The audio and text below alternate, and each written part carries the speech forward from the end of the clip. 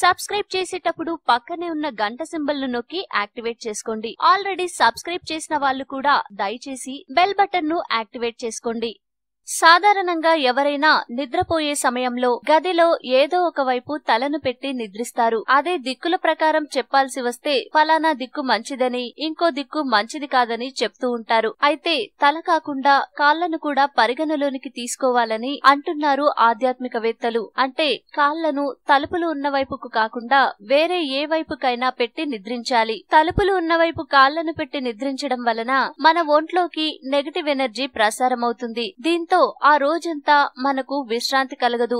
తీవ్రమైన అసంతృప్తి, ఒత్తిడి, ఆందోళన కలుగుతాయి. ఇది అస్సలు మంచిది కాదని, కాబట్టి తలుపుల వైపు కాళ్లు పెట్టి నిద్రించకూడదని జ్యోతిష్య నిపుణులు చెప్తున్నారు.